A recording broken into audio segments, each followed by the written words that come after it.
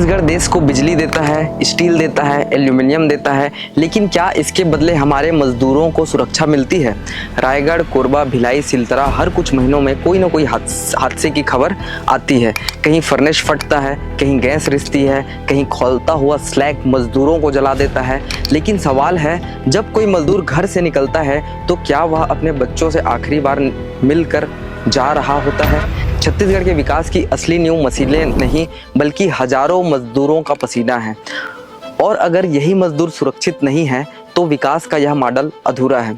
यह वीडियो किसी कंपनी के खिलाफ नहीं बल्कि मजदूरों के जीवन और सम्मान के पक्ष में है। तो रायपुर के उरला औद्योगिक क्षेत्र में एक बेहद ही दर्दनाक हादसे की खबर है, जहां बजरंग चौक स्थित 3D इनोवेशन कंपनी में देर शाम ऑक्सीजन सिलेंडर फटने से 3 मजदूरों की मौके पर ही मौत हो गई। रायगढ़ से बड़ी खबर है, जहां कार्बन फैक्ट्री हादसे में 2 और मजदूरों की मौत हो गई है।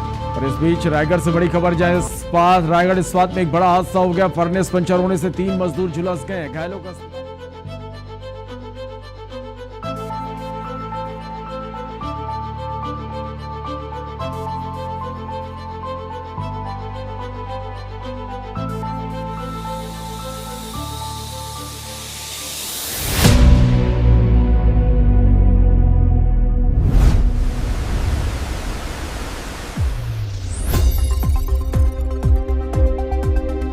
मैं हूं आपका अपना आकाश साहू और आप देख रहे हैं आयाशीष ऑफिशियल। रायगढ़ के पूंजी पथरा और तमनार क्षेत्र आज देश के बड़े औद्योगिक हब हैं, लेकिन जब स्काई अलॉयज जैसे प्लांटों में फर्नेस ब्लास्ट होता है तो सबसे ज़्यादा नुकसान किसका होता है? किसी करोड़पति मालिक का नहीं, बल्कि उस मजदूर का जिसकी पत्नी गाँव में इंतजार कर रही होती है और बच्चे स्कूल से लौटकर पिता का चेहरा देखना चाहते हैं।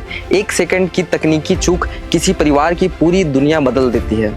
फर्नेस ब्लास्ट आखिर होता क्या है, इसके बारे में मैं आपको बताना चाहूँगा। 1200 से 1600 डिग्री तापमान वाली भट्टी में अगर थोड़ा सा पानी या नमी पहुँच जाए तो वह भाप बनकर 1600 गुना फैलती है और फिर होती है स्टीम एक्सप्लोजन। भीगा हुआ स्क्रैप, गैस प्रेशर, खराब लाइनिंग, सिलेंडर या बंद कंटेनर, यही वो कारण है जो मजदूरों के लिए मौत का जाल बन जाते हैं। हादसे अचानक नहीं होते, उनके पीछे महीनों की लापरवाही छुपी होती है। सबसे ज़्यादा खतरा ठेका मजदूरों का होता है। कई मजदूर बिना ट्रेनिंग, बिना फायर सूट और बिना सही PPE के खतरनाक क्षेत्रों में काम करते हैं। गरीबी इतनी बड़ी मजबूरी है कि लोग अपनी जान दांव पर लगाकर भी काम करने को तैयार हो जाते हैं, लेकिन मजबूरी का फ़ायदा उठाना विकास नहीं है। मजदूर कोई मशीन नहीं बल्कि इंसान है।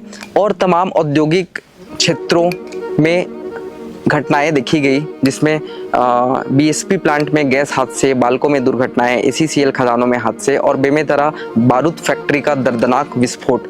इन सभी घटनाओं ने एक बात साफ कर दी है, अगर सुरक्षा से समझौता होगा तो कीमत मजदूरों को अपनी जान देकर चुकानी पड़ेगी।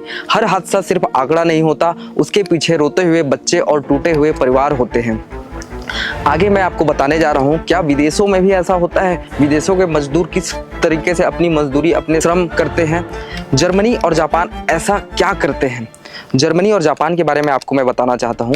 जर्मनी और जापान में मजदूर फर्नेस के पास खड़े ही नहीं होते, वहाँ रोबोट्स काम करते हैं।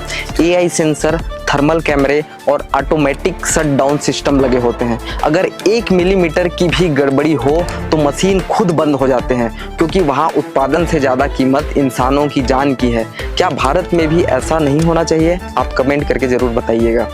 भारत में समस्या कहाँ है? समस्या तकनीक की कमी नहीं है, समस्या प्राथमिकताओं की है। बड़ी कंपनियां आधुनिक तकनीक इस्तेमाल कर रही हैं, लेकिन छोटे और मध्यम प्लांटों में अक्सर लागत बचाने के लिए सुरक्षा से ही समझौता किया जाता है। महंगी मशीनों के बजाय सस्ते मजदूरों को खतरे में डाल दिया जाता है, लेकिन कोई भी मुनाफा किसी इंसान की जान से बड़ा नहीं हो सकता। आगे बात करते हैं, कमजोर व्यवस्था और ठेका प्रथा। हादसे के बाद जांच होती है, मुआवजा मिलता है, फिर कुछ महीनों बाद सब पहले जैसा हो जाता है। ठेका मजदूरों की आवाज़ कमज़ोर होती है, उनके पास मजबूत यूनियन नहीं होती और कई बार जिम्मेदारी एक दूसरे पर डाल दी जाती है। लेकिन सवाल है, जिस मजदूर ने अपनी जान गंवाई उसके परिवार को न्याय कौन देगा? अब इन दुर्घटनाओं के बाद समाधान क्या है, उस पर बात करते हैं। सरकार और उद्योग मिलकर बहुत कुछ बदल सकते हैं। MSME प्लांटों को सेफ्टी तकनीक पर सब्सिडी AI और थर्मल कैमरों से ऑनलाइन ऑडिट, हर 3 महीने में मॉक ड्रिल, हर 3 महीने में मॉक ड्रिल, हर मजदूर के लिए अनिवार्य PPE एक किट होता है जो मजदूरों को दिया जाता है, लेकिन यहाँ छोटे इंडस्ट्रीज में किसी को प्रोवाइड नहीं किया जाता। ठेका मजदूरों के लिए बीमा और ट्रेनिंग, सुरक्षा नियम तोड़ने वालों पर सख्त कार्रवाई। अगर इच्छा शक्ति हो तो जीरो एक्सीडेंट सिर्फ सपना नहीं रहेगा, बल्कि उसे सार्थक किया जा सकता है। अब आगे बात करते हैं शासन और प्रशासन से अपील। हम शासन और प्रशासन से सिर्फ अपील ही कर सकते हैं। रायगढ़, कोरबा, भिलाई और सिलतरा के लाखों मजदूर सिर्फ रोजगार नहीं, सुरक्षा भी चाहते हैं। जिस तरह छत्तीसगढ़ ने खनिज और उद्योगों में पहचान बनाई है, उसी तरह देश में मजदूर सुरक्षा का मॉडल भी बन सकता है। जरूरत है राजनीतिक इच्छा शक्ति और जवाबदेही की। यह सबसे बड़ी चुनौती है, क्योंकि विकास तभी सार्थक है जब मजदूर सुरक्षित घर लौटे। वीडियो के अंतिम पड़ाव में, अगर उद्योग हजारों करोड़ कमा सकते हैं तो मजदूर सुरक्षित क्यों नहीं रह सकते। छत्तीसगढ़ सिर्फ एक राज्य नहीं है, यह भारत की औद्योगिक शक्ति का हृदय है।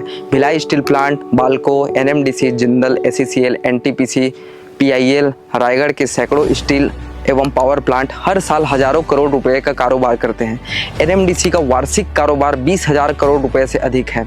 राज्य की अर्थव्यवस्था अभी लगभग 6 लाख करोड़ रुपए से अधिक के स्तर पर पहुंच चुकी है, जिसमें उद्योग क्षेत्र का योगदान लगभग 46% है।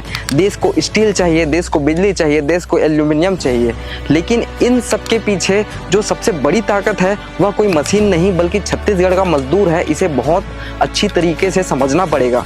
वही मजदूर जो 45 डिग्री की गर्मी में खदानों में उतरता है, वही मजदूर जो 1500 डिग्री तापमान वाली भट्टियों के सामने खड़ा रहता है बिना PPE के। छत्तीसगढ़ जैसे राज्यों में बिना PPE के 1500 डिग्री तापमान वाली भट्टियों के सामने खड़ा रहता है।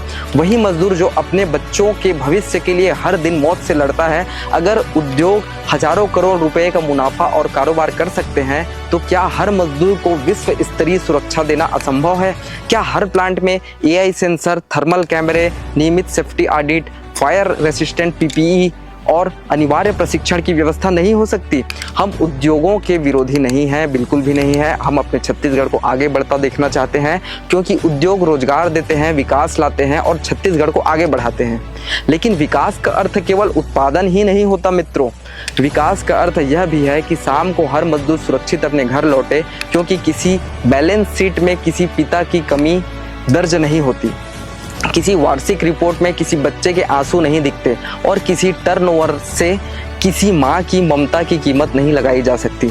छत्तीसगढ़ की असली संपत्ति लौह अयस्क नहीं है, कोयला नहीं है, बिजली नहीं है। छत्तीसगढ़ की असली ताकत उसके मेहनतकश लोग हैं। और जिस दिन हम उद्योगों के मुनाफे के साथ साथ मजदूरों की सुरक्षा को भी उतनी ही प्राथमिकता देंगे, उसी दिन छत्तीसगढ़ केवल औद्योगिक राजधानी नहीं बल्कि भारत का सबसे बड़ा, मानवीय और सबसे जिम्मेदार औद्योगिक मॉडल बनेगा। जय हिंद, जय छत्तीसगढ़, जय मैं आशीष।